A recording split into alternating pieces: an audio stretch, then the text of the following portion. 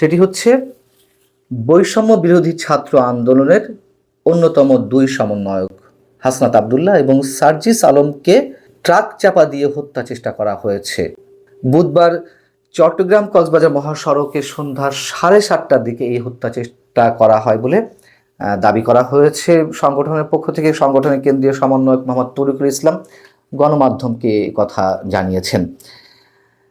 আসলে হত্যা চেষ্টা করা হয়েছে নাকি দুর্ঘটনা, এটা এখনো নিশ্চিত করে বলা যাচ্ছে না। তবে তারা দাবি করছে এটা যদি সেটি হয়ে থাকে, এর সত্যতা থেকে থাকে, ভয়ঙ্কর আরও একটি ইঙ্গিত আমাদের সামনে দেখা দিল।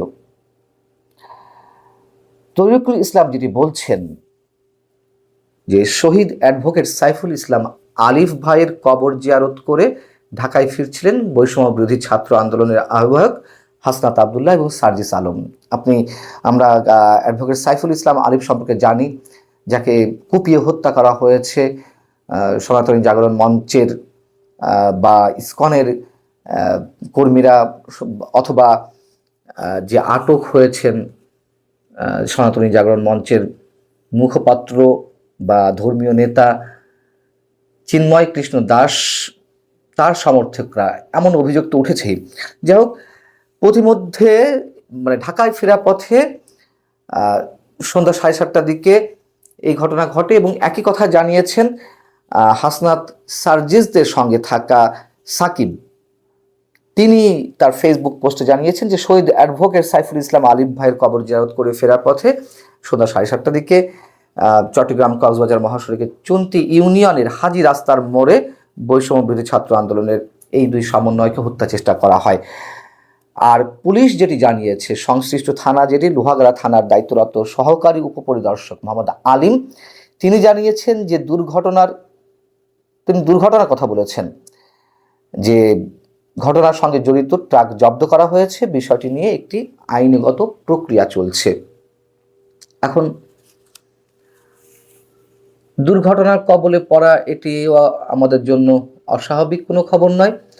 আবার বাংলাদেশ যে এই মুহূর্তে অগ্নিগর্ভ অবস্থায় রয়েছে, তাতে এই সমন্বয়কদের হত্যা করার জন্য একটা চেষ্টা, সেটিও অস্বাভাবিক কিছু নয়।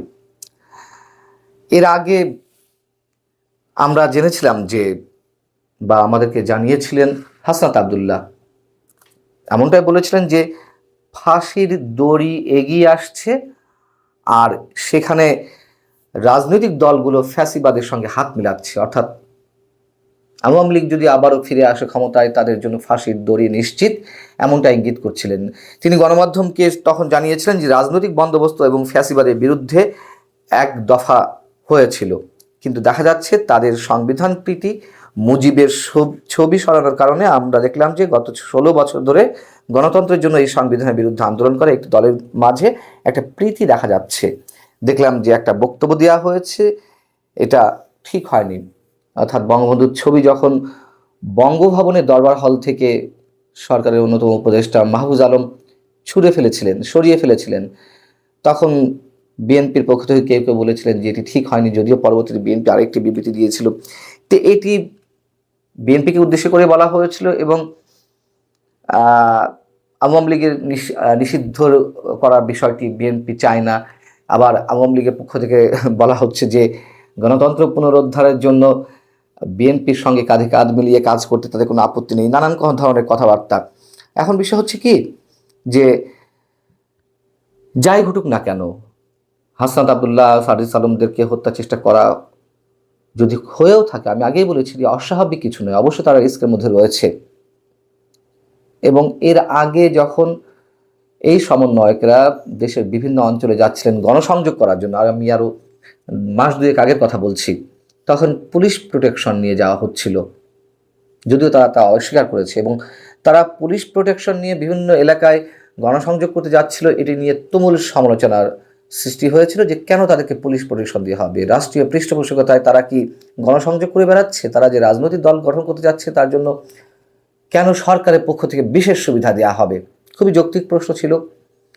তবে বাস্তবতায় হচ্ছে এটি যে ষড়যন্ত্র আমরা যা দেখছি একের পর এক বিভিন্ন মাধ্যম থেকে, বিভিন্ন পর্যায় থেকে ষড়যন্ত্র এখানেই থেমে যাবে না, সেগুলো আরও বাড়বে, নিঃসন্দেহে আরও বাড়বে। আমাদের সামনে নিত্য নতুন ষড়যন্ত্র এসে উপস্থিত হবে। এই সব কিছুর মূলে হচ্ছে এই সার্জিস আলম কিংবা হাসনাত আবদুল্লাহরা যা চাইছে, নতুন একটি রাজনৈতিক দল করে সেটিকে বিশেষ সুবিধায় এস্টাবলিশ করা, এরকম তো অভিযোগ উঠেছে। যদি তাই হয়ে থাকে, সেটি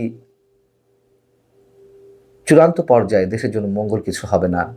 আমি আবারও বলছি, বিভিন্ন রাজনৈতিক দলের পক্ষ থেকে বলা হচ্ছে যে দিন যত যাবে, নির্বাচনে যত দেরি হবে, তত বেশি ষড়যন্ত্র মাথাচাড়া দিয়ে জাগবে।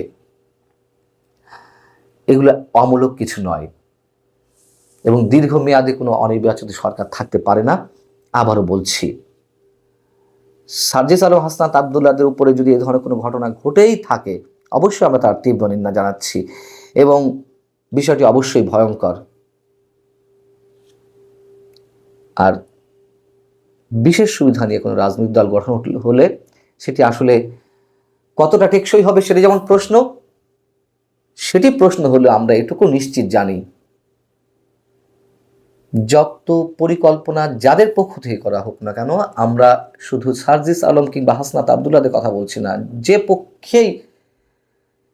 পক্ষ থেকেই এ ধরনের একটা নির্বাচন প্রলম্বিত করার একটা দুরভিসন্ধি থাকুক না কেন, তা বাংলাদেশের জন্য ভয়ঙ্কর পরিণতি বয়ে নিয়ে আসতে পারে। আল্লাহ হাফেজ।